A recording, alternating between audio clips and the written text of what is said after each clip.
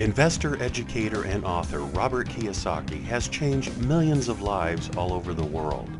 His book, Rich Dad, Poor Dad, has been on the New York Times bestseller list for over 5 years. We all know that the gap between the haves and the have-nots is growing, and Social Security and Medicare are in a financial mess. And just affording to live is getting expensive. So how does a person get ahead financially? The answer is raising your financial IQ and having your money work for you. Here's Robert Kiyosaki with Rich Dads Teach to Be Rich.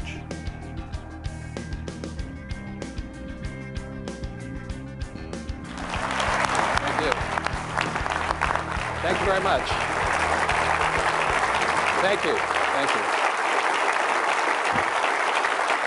Thank you. You're very kind. Thank you. Please take your seats. Thank you. May I see a show of hands? How many people have already read Rich Dad, Poor Dad? Good. Thank you. Has anybody not read it? Oh, good. There's still a few customers out there. I'm glad to see that. I'm not going to be talking so much about Rich Dad, Poor Dad today, but I'm going to be on this program. But I'll be talking about this book here. It's our latest product called Teach to Be Rich. And in my opinion, it's a whole new direction for Rich Dad in many ways. We're going into trying to do our best to solve what I consider to be a massive, massive financial problem, not only in America, but throughout the world here.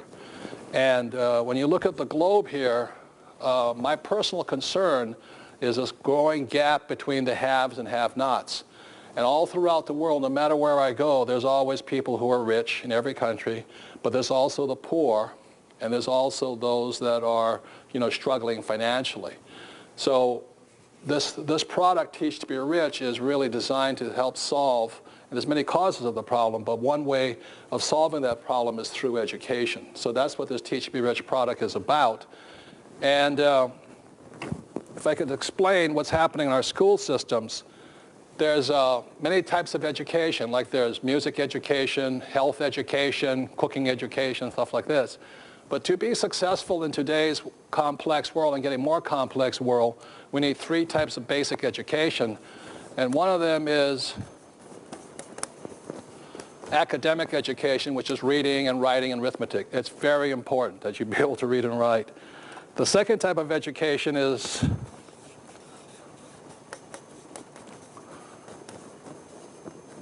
professional education. And when I was in school back in the 60s, if you did really well, you were A's, then you went to become a doctor, a lawyer, an accountant. Since I wasn't an A student, I didn't go to those professions and things like this. But, and these two are very important. My poor dad was a man who really thought this was all you needed. He kept saying, go to school so you can get a high-paying, what?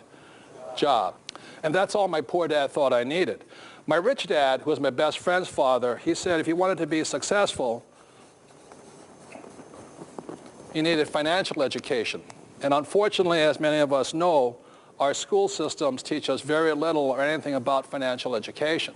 So I'm not saying that these are not important. I'm saying that today, just going to school, just to get a good, be able to read and write and have a job, is inadequate. What I'm saying today, in today's complex world, we all need financial education. So what this course or this program is about, and this Teach to Be Rich program is about financial education. It doesn't mean to negate any of this here. So if I could go into, I did graduate from high school and go on, and my professional education was, I learned to be a ship's officer. So I drove tankers for Standard Oil of California. And I also flew aircraft for the Marine Corps, U.S. Marine Corps, so I was a pilot in Vietnam. So I've had 2 professions. But I've never used any of them, very simply because my rich dad taught me this here. And the way my rich dad began, at the age of 9, began teaching me financial education was really simple. He just started playing the game of Monopoly. I remember as a kid, 9 years old, I'd go to my rich dad's office. I'd say, you going to teach me you're rich? He goes, sure. And he'd break out the Monopoly board game and we'd sit there and play for hours. And he'd tick, tick, tick, tick, tick, tick, tick, tick.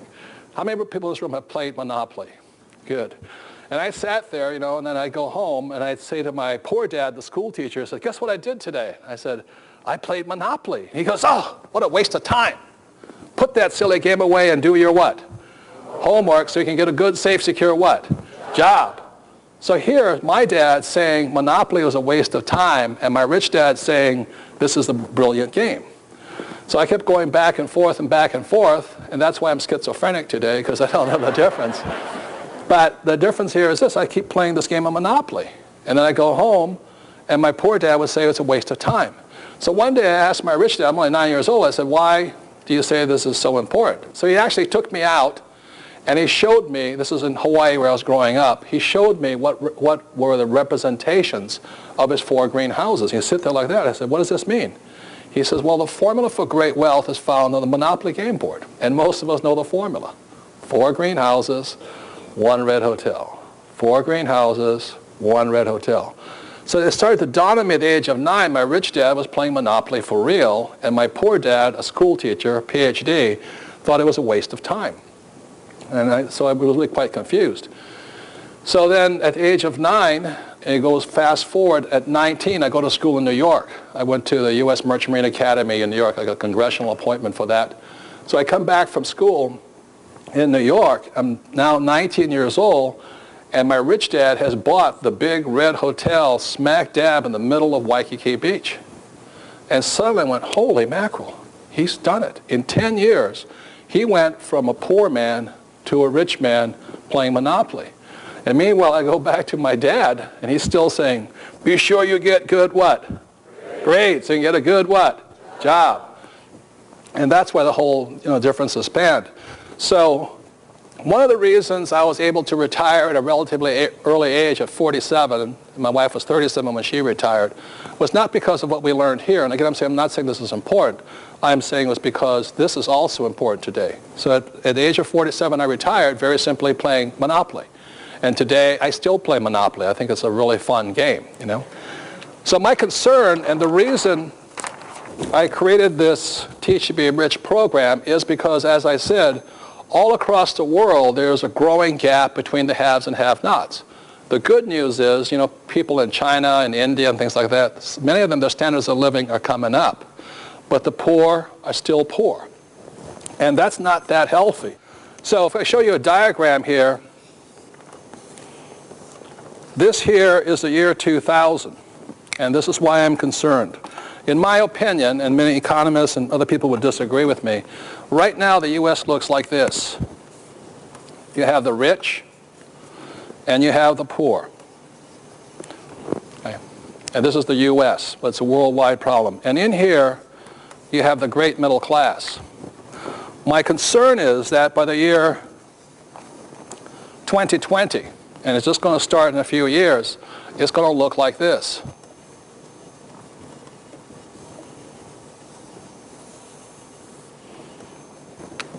In a few years, due to a lack of financial education in America, I predict that there will be more rich, and I intend to be one of them, but there will also be more poor.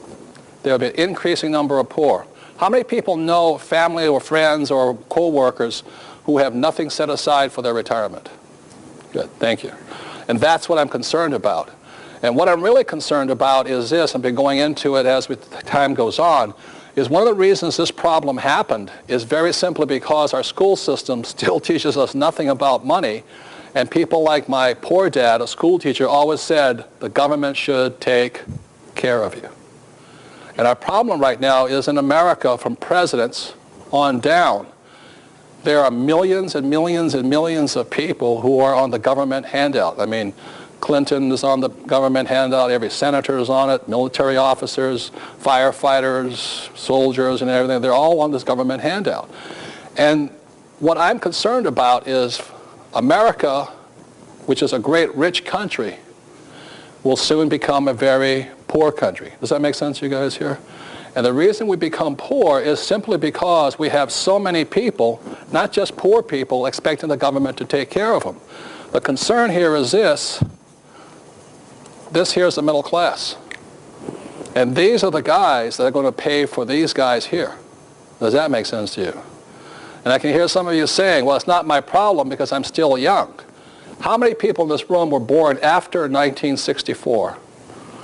Good. I want to thank you because you're the ones to be paying for my retirement. And these are the people that pay the taxes. So the reason I created Teach to Be Rich here is very simply because I predict, and I could be wrong, like in the next 20 years, even though it's a worldwide problem of this gap between the haves and have-nots, even in the richest country in the world, in the next 20 years, we're going to see a transfer going this way. So you'll see more rich people in America, but you'll also see more poor people. And in my opinion, what got us into this problem of this so many poor people in the richest country in the world is because we have a lack of financial education. In my opinion, the way out of the problem is also to increase financial education. So the reason I created this product here, again, I'm not blaming school teachers.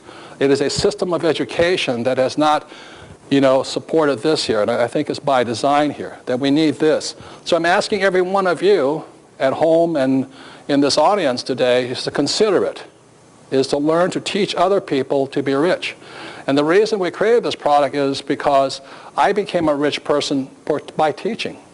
I've been teaching now since 1980, and but not in the school system. I wouldn't work for that pay scale. And I make millions of dollars a year as a school teacher. But the main reason is not so much to make myself money.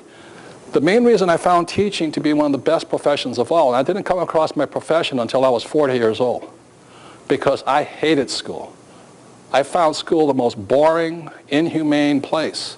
I didn't know I was stupid until I went to school. I said, what do you mean I'm stupid? So I would not create a product that is like the school system. For years I have practiced and learned how to make education more fun. How to make it more entertaining, how to make it more effective, how to make it so the person learns something rather than sits there bored, stiff, and falling asleep all the time.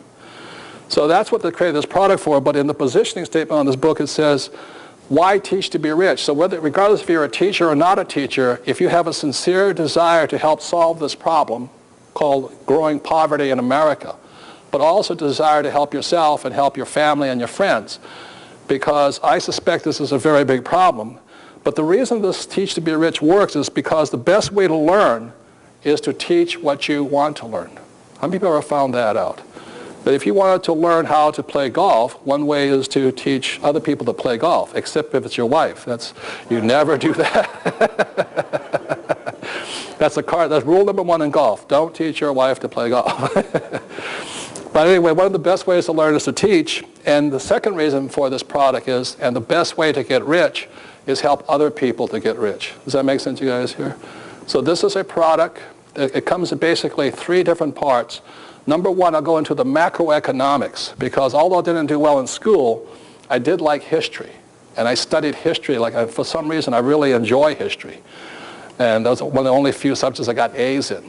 The second part of this book here is, it's about education, is how we learn.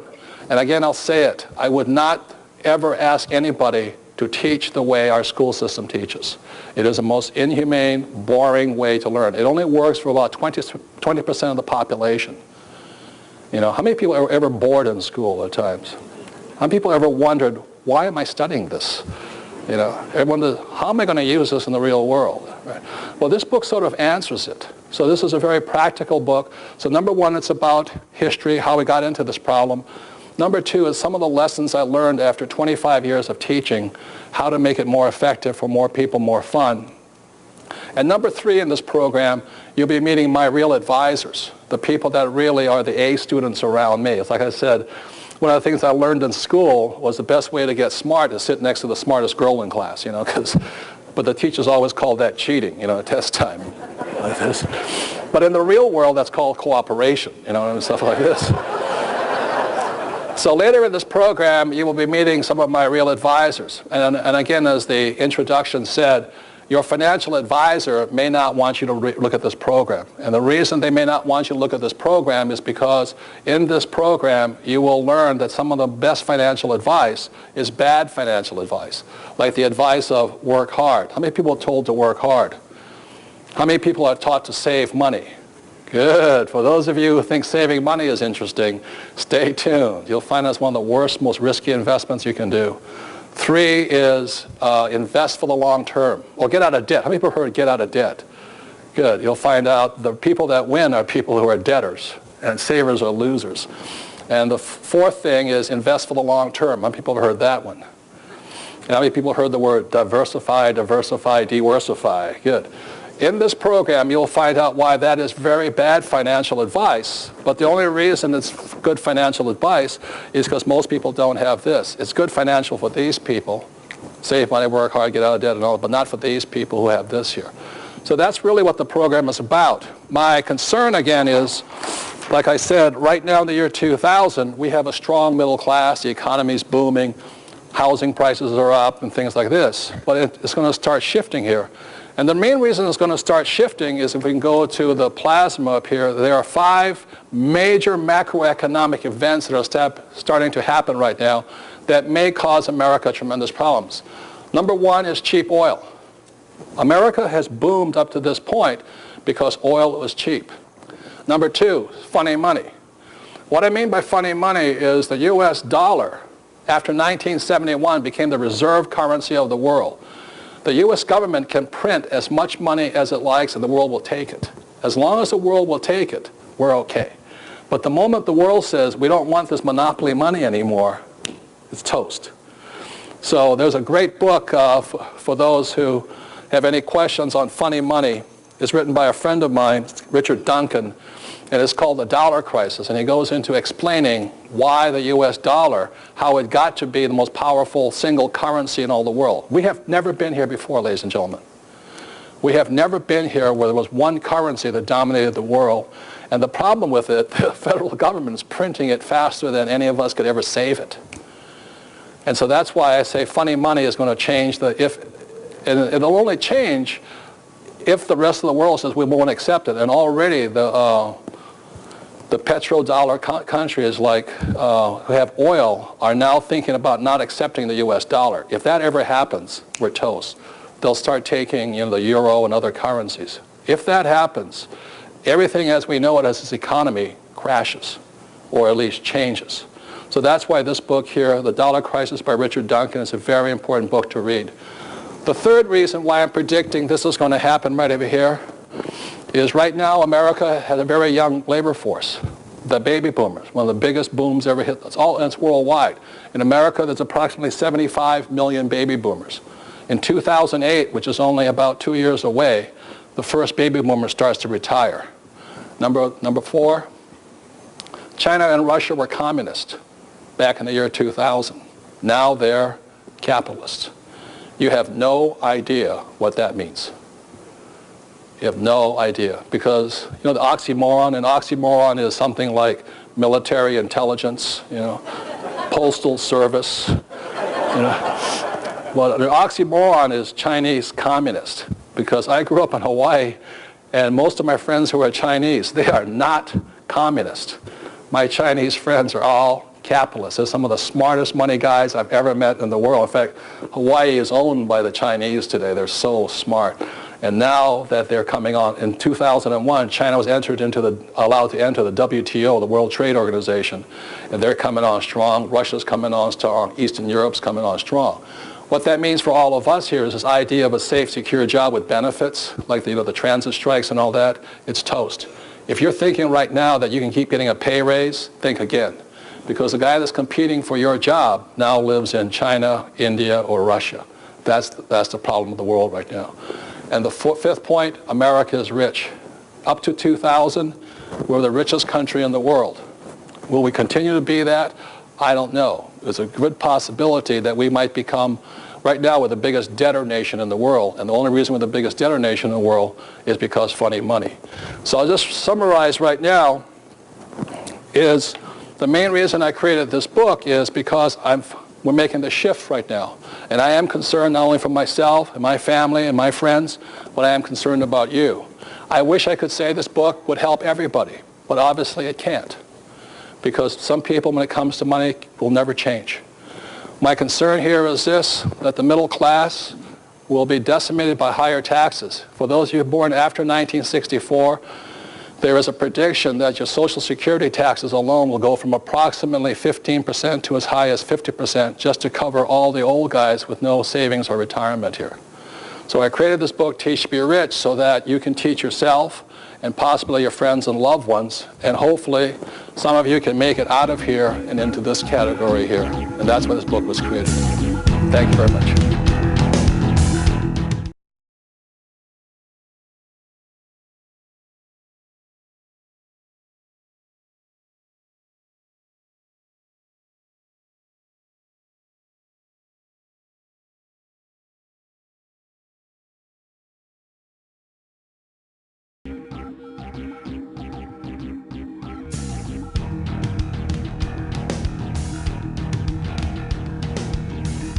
Investor, educator, and author Robert Kiyosaki has changed millions of lives all over the world.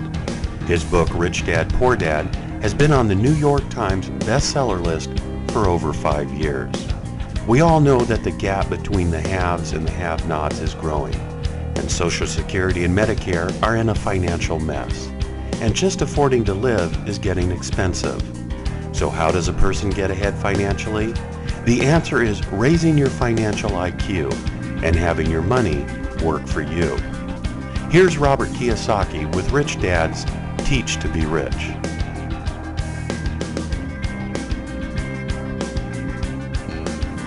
So welcome back, and before I go into Teach to Be Rich, the program, I thought I'd give you a little bit of my background on Rich Dad, Poor Dad for those who may not have read the book. For those who may not have read the book, because my name is Robert Kiyosaki. It sounds like Kawasaki. I wish it was Kawasaki.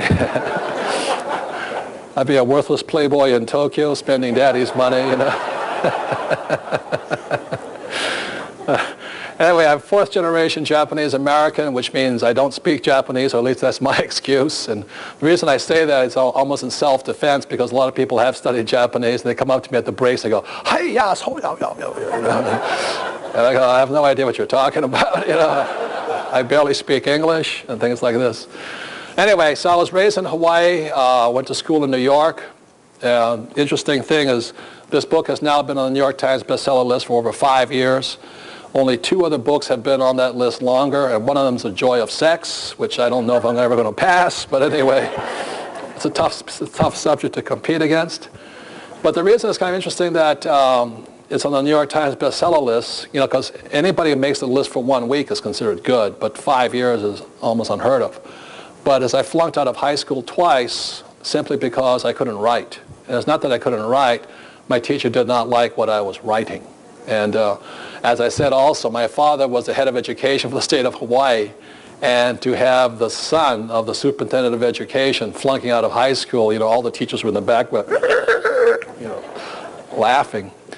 So I flunked out when I was 15, and I flunked out when I was 17, again for the same reason, because I couldn't write. And it was not that I couldn't write, the teacher disagreed with what I was writing, you know. So the definition of, I learned very early on that the definition of intelligence in school is, if you agree with the teacher, you're intelligent, and if you don't, you're an idiot, you know, things like this. So I rarely agreed, especially because I had 2 dads, because my poor dad always said, go to school and get a job, and my rich dad would say, you won't get rich that way. So that was kind of the paradox. My rich dad was my best friend's father, and although he was a man who started with nothing, he became one of the richest guys in Hawaii. So Rich Dad, Poor Dad is this very simple story of what 2 fathers tell their sons about money. And as you know, for those, how many people were told, go to school and get a job? And what my rich dad said, that's not the way you do it. So the book has been fairly controversial, but fundamentally what this book is about the subject of accounting and financial literacy and why the rich are getting richer. That's what this book is about. And the reason I mention accounting is I did go to business school for about a semester, and